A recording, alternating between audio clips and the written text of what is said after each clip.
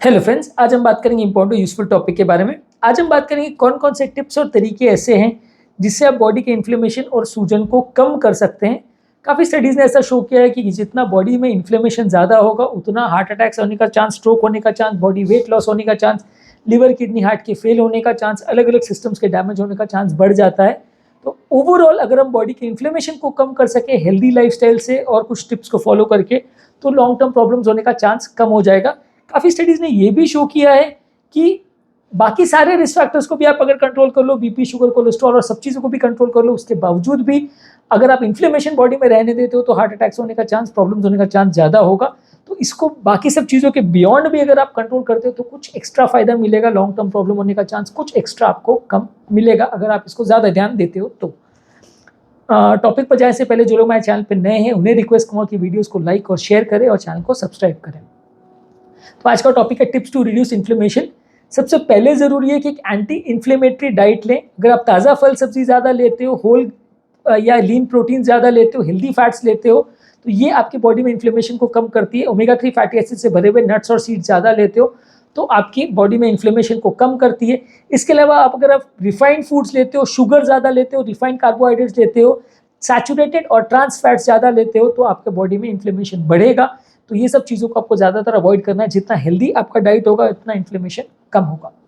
इसके अलावा omega 3 fatty acids जैसे फूड्स आते हैं, उसके फिशेस में ज़्यादा होते हैं, जैसे salmon, mackerel, herring, tuna fishes होती हैं, इसमें ओमेगा 3 फैटी एसिड ज़्यादा रहता है।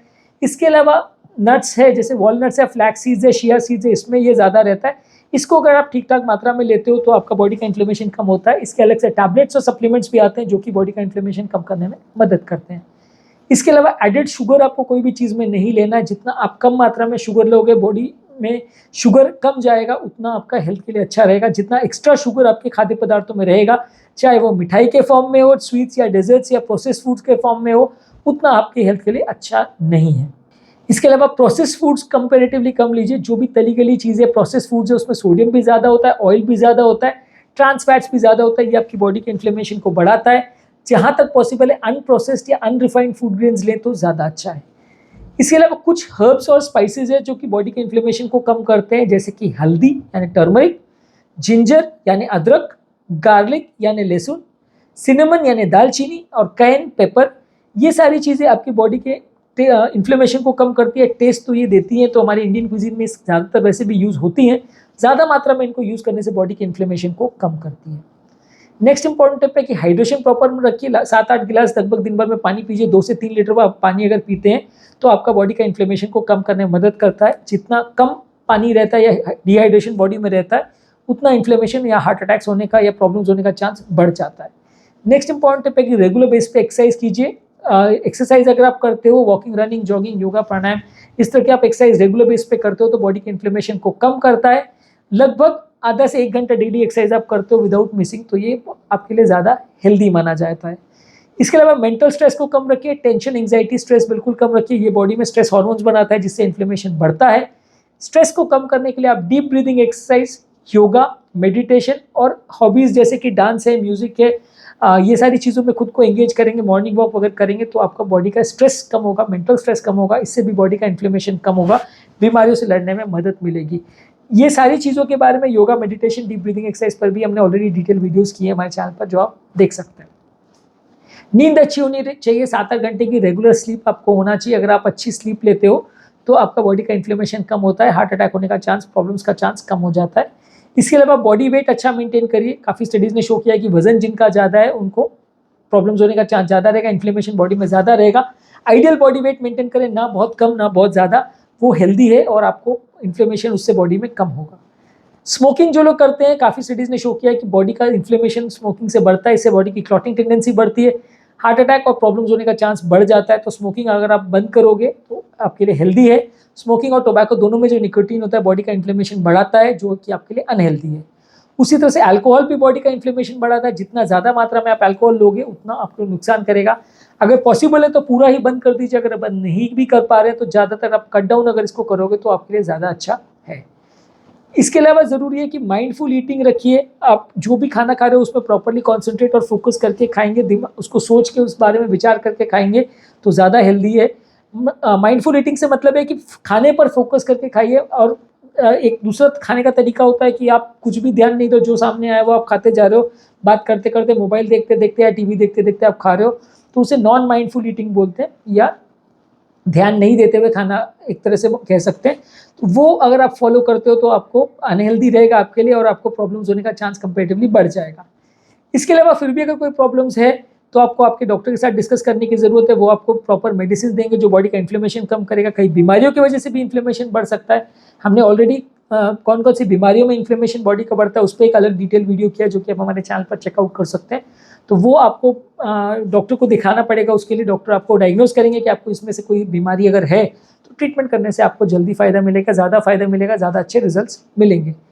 इसके अलावा एंटीऑक्सीडेंट्स जो चीज़ों में है, जैसे कि बेरीज है, ब्लूबेरी, रास्पबेरी, स्ट्रॉबेरी, ये सारी चीज़ों में, हरी साग सब्जी, पालक, मेथी, शिमला मिर्च, ये सारी चीज़ें, बेल पेपर्स यानी शिमला मिर्च, टमाटर यानी टोमेटोज, और हरी चाय यानी ग्रीन टी, ये सारी चीज़ें बॉडी के इन्फ्लेमेशन को कम करती है। इसमें एंटीऑक्सीडेंट तत्व रहते हैं जो कि आपके इन्फ्लेमेशन को कम करने में मदद करते हैं।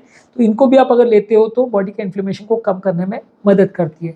इसके अलावा क्रॉनिक कंडीशन जैसे कि BP, sugar, cholesterol, autoimmune condition, arthritis वगैरह भी बॉडी के इन्फ्लेमेशन को बढ़ाती है। इसको भी अगर आप कंट्रोल करेंगे तो प्रॉब्लम्स होने का चांस कम रहेगा। प्रोसेस्ड मीट्स जैसे कि सॉसेज, बेकॉन, डेली मीट्स है, ये सारी चीज़ों में जो फॉरेन कंट्रीज में ज़्यादा लोग खाते हैं ब्रेकफास्ट में, प्रोसेस्ड मीट्स जो रहते हैं उसमें फैट भी कंटेंट भी ज़्यादा रहता है, सोडियम कंटेंट भी ज़्यादा रहता है, तो बॉडी का इन्फ्लेमेशन बढ़ाता है। जहाँ तक पॉसिबल है इनको अवॉइड करें। मेंटल स्ट्रेस रिडक्शन करने के लिए आप ग्रुप्स को ज्वाइन कर सकते हैं, स्ट्रेस रिडक्शन प्रोग्राम्स को ज्वाइन कर सकते हैं, डेली मेडिटेशन कर सकते हैं। ये एक्सरसाइज के बियॉन्ड टाइम है, ऐसा नहीं कह रहा हूँ कि एक्सरसाइज के बदले आप इसको कीजिए, एक्सरसाइज तो करना ही है, साथ में अगर आप मेडिटेशन वगैरह भी करते हैं तो वो भी हेल्दी है, उससे भी आपका मेंटल स्ट्रेस कम होता है, उससे भी बॉडी का इन्फ्लेमेशन कम होता है। इसके अलावा खाना बनाने के लिए हेल्दी ऑयल्स और हेल्दी कुकिंग तकनीकों का प्रयोग करें। बहुत ज़्यादा ऑयल्स यूज़ मत करिए, बहुत ज़्यादा तला गला चीज़ें मत करिए, फ्राई चीज़ें मत लीजिए। स्टीमिंग, बेकिंग, ग्रिलिंग, सॉटेइंग करेंगे आप अगर कुकिंग में तो ये ज़्यादा हेल्दी माना जाता है। इससे आपके खाने में इन्फ्लेमेटरी जो मार्कर्स है, इन्फ्लेमेशन बढ़ाने वाले तत्व हैं, वो कम हो जाएंगे। ओवरऑल बॉडी का इन्फ्लेमेशन बेटर रहेगा। इसके अलावा रिफाइंड ऑयल्स, वेजिटेबल ऑयल्स जो है उनको कंपेरेटिवली कम रखिए। जो रिफाइंड ऑयल्स है वो कंपेरेटिवली थोड़ा इन्फ्लेमेशन बढ़ाते हैं। वो ऑब्वियसली ये ज़्यादातर commercially available oils refined oils ही होते हैं, जैसे soybean, corn oil, sunflower oil, ये सारे रिफाइंड ऑयल्स ही होते हैं।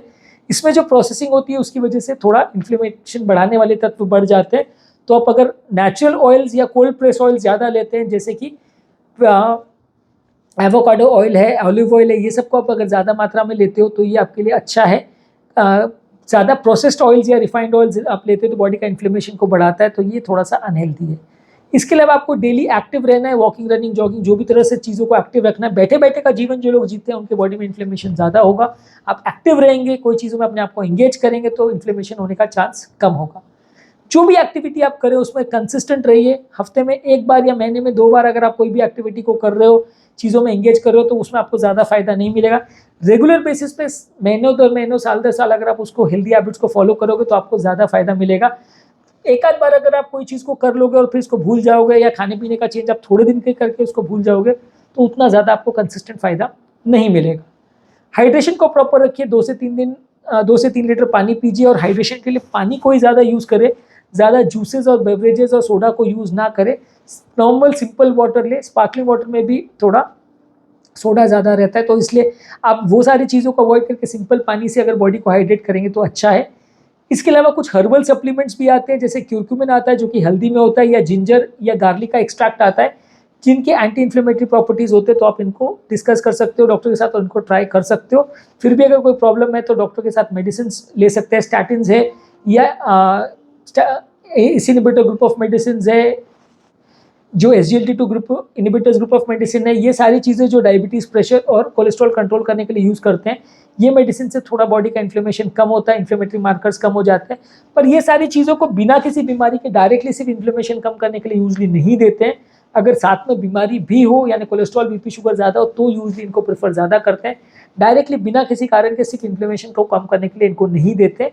फिर भी कई केसेस में बिना कारण के भी इन्फ्लेमेशन हो सकता है, थोड़ी देर रहता है फिर अपने आप चला जाता है। तो अगर आप हेल्दी लाइफस्टाइल और सब चीज़ों को प्रॉपर फॉलो करेंगे तो इन्फ्लेमेशन बॉडी में कम होगा, हार्ट अटैक्स होने का चांस कम होगा। तो आज के टॉपिक में हमने बात करी बॉडी के इन्फ्लेमेशन कम करने के लिए टिप्स पर। हेल्दी लाइफस्टाइल रखिए, ताज़ा खाना खाइए, ज़्यादा प्रोसेस्ड या ऑयली फूड, जंक फूड ज़्यादा मत रखिए। कोई भी व्यसन जैसे स्मोकिंग, अल्कोहल, टोबैको ये सब नहीं होना चाहिए। बॉडी वेट अच्छा होना चाहिए। प्रॉपर विचार करके खाना खाइए। मेंटल और फिजिकल स्ट्रेस को प्रॉपरली मेंटेन करिए। फिजिकल स्ट्रेस ज़्यादा, मेंटल स्ट्रेस कम। योगा मेडिटेशन करिए। कुकिंग का तरीका हेल्दी होना चाहिए। प्रोसेस्ड फूड्स कंपैरेटिवली कम होना चाहिए। रिफाइंड ऑयल्स को कम रखिए। डेली एक्टिव रहिए। कंसिस्टेंटली इन सारी चीज़ों को मेंटेन रखिए। पानी ज़्यादा पीजिए। सिंपल पानी रखिए, ज़्यादा बेवरेजेस वगैरह ज़्यादा मत लीजिए। शुगर ज़्यादा कम नहीं लीजिए। और हर्बल सप्लीमेंट्स वगैरह जो आते हैं इन्फ्लेमेशन कम करने के लिए, उसको आप ट्राई कर सकते हो। फिर भी प्रॉब्लम लगे तो डॉक्टर के साथ डिस्कस कर सकते हो। ये बेसिकली इस टॉपिक का समरी है। टॉपिक एंड करने से पहले जो लोग हमारे चैनल पे नए हैं उन्हें रिक्वेस्ट करूँगा कि चैनल को सब्सक्राइब करें और वीडियोस को ज़्यादा से ज़्यादा लाइक और शेयर करें ताकि वीडियोस की आउटरीच बढ़े।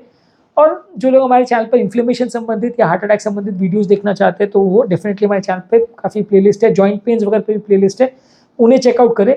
इन्फ्लेमेशन और HACRP का वीडियो हमारे चैनल पे अपलोडेड है। इसका लिंक मैं डिस्क्रिप्शन बॉक्स और कमेंट सेक्शन में छोड़ दे रहा हूँ। आपको उससे काफ़ी कुछ नया सीखने और जानने को मिलेगा, जिससे बीमारी को मैनेज करने में मदद मिलेगी।